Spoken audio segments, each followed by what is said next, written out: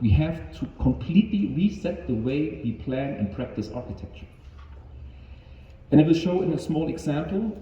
It is the UMA, the Urban Mining and Recycling Unit, that we built together with Benner Sobeck and Felix Heisel, who was also teaching here at EABC at that time, in Zurich for the EMPA, that is a material testing agency of the federal state of Switzerland. And basically, I will talk about this unit. It's a unit for 2 people living. There are 2 bedrooms and a service in the middle of about 100 square meter. It's a very interesting building actually that the EMPA built, because it's an empty shelf, and they invite architects, engineers, researchers to test certain new ideas within that building's fledgling.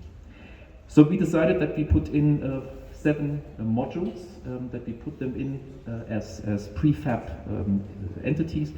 This is the ground plan of this unit, the 100 square meters. So you come in, you have 2 bathrooms, you have the 2 sleeping rooms, and in the middle you have the living area and the kitchen.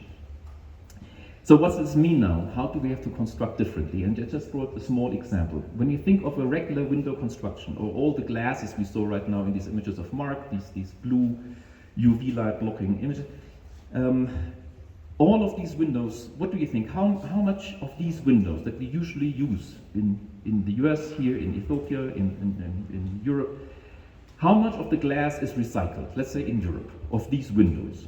What do you guess? 0. A bit more.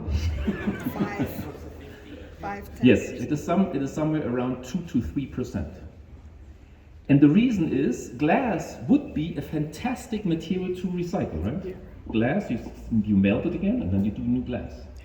But the way how we put them, we architects and engineers, into our buildings, we cannot recycle it, because we put a lot of sealant, we put silicon, we put metals to it, we foam it, or we kind of put a layer of UV light blocking to it, and that prohibits the glass to be recycled. And therefore, in the end of life scenario, we simply throw it out. We even have to put it onto hold, because we have no technology yet to put it back into a circular mentality. Who is the glass? Who is the one selecting the glasses for a building? It's us. We select waste. And why?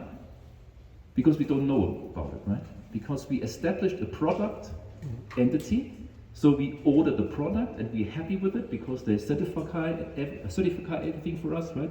They specify the mechanical properties, the physical properties, and we are happy, we simply put it in. But we do not think about what happens when the building comes to its end of life. And therefore, for example, we developed new window details. Right now you see the structure of the window, then we have rubber ceilings. They are not glued together, they're simply put together, and you can pull them out after use. Then you have mechanisms to put the glass in. The glass is fully only glass and no other elements. The same can work out with wood construction. So basically what I'm saying is, we have to rethink, as Mark said, every detail that we are so familiar and so used with. We have to reinvent construction. And I will show you a couple of examples of strategies how we can basically go ahead. The first one I want to show is the smallest circle that we know, the reuse. Right? You take an element of a building, you take it out, if possible, and bring it to the next building and put it in one-to-one. And Mark already said that here, of course, your culture is very much based on that idea. I mean, that is something I learned from Ethiopia, living here and working here, that the reuse strategy is extremely strong in this country.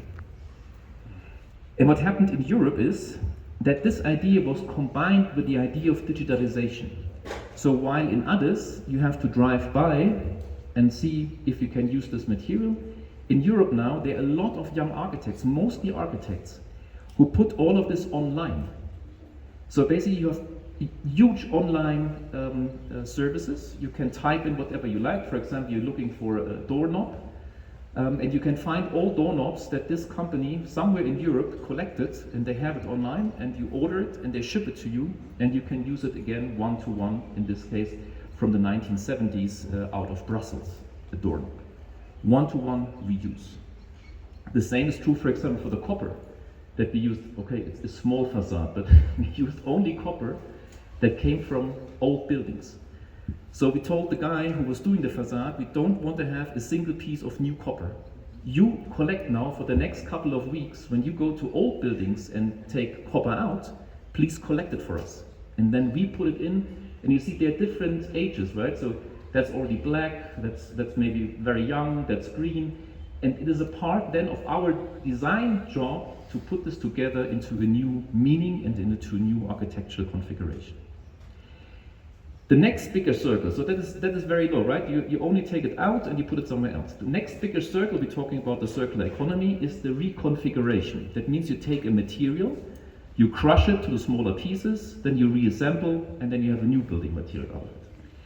There's a young company in the Netherlands, stone cycling they call it. What they collect is basically mineral rubble from construction waste. And then they're sorted by color. So here you have a sandstone, here you have concrete, here you have a burnt clay brick.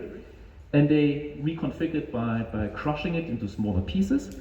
And then they produce new bricks. So they add 10% of new clay, then they form new bricks, and then they resell them. And they called them waste bricks. And they were very unsuccessful because nobody wanted to buy a waste brick. Do you want to live in a waste brick house? I don't. So they got a psychologist in, and the psychologist told them, you have to rename your product. Nobody will buy a waste brick. And then they mixed colors. So you see, for example, here a kind of a dark, lighter color with white pieces in there, and then they called it aubergine.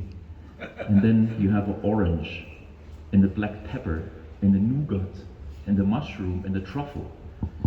And right now, they opened the third production line. This company went extremely successful. Something you could copy here into Ethiopia 1-to-1. You have enough rubble to start a company like this. We decided for nougat.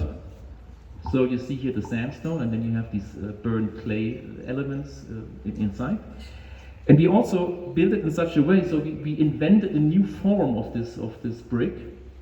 So we don't need any cementous glue to put the stone together, because you can imagine if you put mortar in between, it is very hard in the end if you want to dismantle these stones to get them out, and maybe they break, maybe some is connected. So basically we had a new form, and we put them simply on steel bars, so everybody can take them out again and use them again 1-to-1, reuse or reconfigure them. Here, that's the wall. Then a company in the UK, they are collecting synthetics or plastics, and they make a new bath. In our case, we use it for the bathroom, new plates out of it that we could use because in this wet environment. The mirror has no glass. It is a high polished steel. Everything you see here is a pure material state. That means it is very easy when you take it out to reconfigure. And it's all our decisions, right? So in this building, there are no composites. Nothing is glued. There is not a single piece that is lacquered.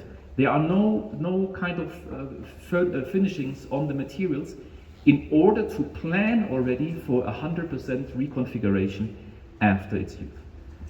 These are glass, so this is basically from the food industry, old glass bottles for wine or for juices and stuff like that. There's a company in Germany called Magna Glass, and they use them to build this glass ceramics. So everything here is basically already in use the second, third, fourth, fifth time, right? So there's no material in there that is basically new, except the toilet. And the longest circle we're talking about is the composting. That's the natural or biological circle. And of course there, wood is maybe the best example that we know, but the same is true. The moment we put a lacquer on wood or we glue the wood, then we disturb the natural circle. In the end, what we do is you have a wonderful natural material, you put a synthetic kind of lacquer into it, and then you break the biological cycle, because our nature cannot deal with these synthetic toxic materials. So in the end, we have to burn them, and what comes out of the chimney is CO2. That is actually what we would like to store into biological materials. And the ashes are so toxic, in Europe at least, that we're not allowed to bring them back to agriculture. So we have to again somehow store them and hope that maybe in 50 or 100 years we have new technologies to take the toxic waste out of them. We are doing research on mushroom right now in Karlsruhe. But we're not so much interested in the fruit, but we are very much interested in the root network. And a mushroom is a very, very fast-growing biological substance. And basically you can create new building materials out of mushroom. That will be a full lecture to explain, but maybe we have the next couple of weeks time that I can do so. And basically it functions like cement. So you glue together biological substances like wood chips or hemp or what you showed, or bamboo chips on that. But instead of gluing it together with a synthetic glue or with a mineral glue as cement, you glue together with a biological means. And that means in the end, if I don't need that panel here anymore out of mushroom, you can throw it onto your compost, and it will enter again the biological circle without being disturbed. What we put onto it is a clay plaster. So this is 100% clay, and we put it directly onto these boards of the mushroom. And then these are the sleeping areas of it. That's the we use, for example, switches which don't have a cable anymore. So it's a small dynamo in there. So when you press, you create electric current, and with the electric current, the switch is telling to the lamp, go on or go off. Like that, we could use 50% of all cables within that apartment. 50%. By just being intelligent and smart enough to choose the right switch. That's our decision. And that goes on and on, even to the lamps, where there's no, you see, they're not painted anymore, right? You can repair them, you can unscrew everything. This is felt, 100% felt. This is again the clay. This is a cooling and heating ceiling, which is pure aluminum. There's no paint onto it, and everything is prepared more or less to go back to 100% recycling. Last example, again, that's a company out of Netherlands, and it's called Desso, and they developed a new carpet. I mean, it sounds stupid, but a new carpet, where they only use one material. It's one synthetic fiber that they use for the back and for the loop. What that allows them to do is to recycle that carpet when it's used 100%, right? 100%. They did that because they thought ecologically that's brilliant. But then they realized it is stupid to sell the carpet because that's our resources, right? So right now we can only rent the carpet from the company. If it's worn out, you call the company, say, it's worn out, please come take it. They bring a new one and take the old one with them in order to produce a new carpet. That is circular economy as its best. And what does that mean in the future? Maybe that's a stupid example of a carpet, but maybe the same can be true in 20, 25 years for whole buildings.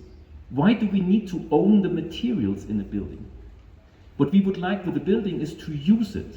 So maybe we should charge for the use of the carpet and the use of the building and the use of the light without owning it. House sharing. And these are, I think, new ideas that come with these test buildings. That's the webpage address. You'll find all the materials that I showed a couple of them. On that webpage, please feel free to go there and check them. You find whole material lists with all the mechanical. This is the carpet, this is material out of Tetra Pak, and so on and so on and so on. So basically the idea is here to build new buildings in the future that use either materials coming already from a secondary stream, right? That used to be whatever, a wine bottle before, or use biological materials in such a way that they're not disturbing any natural and environmental looping system. Thank you very much.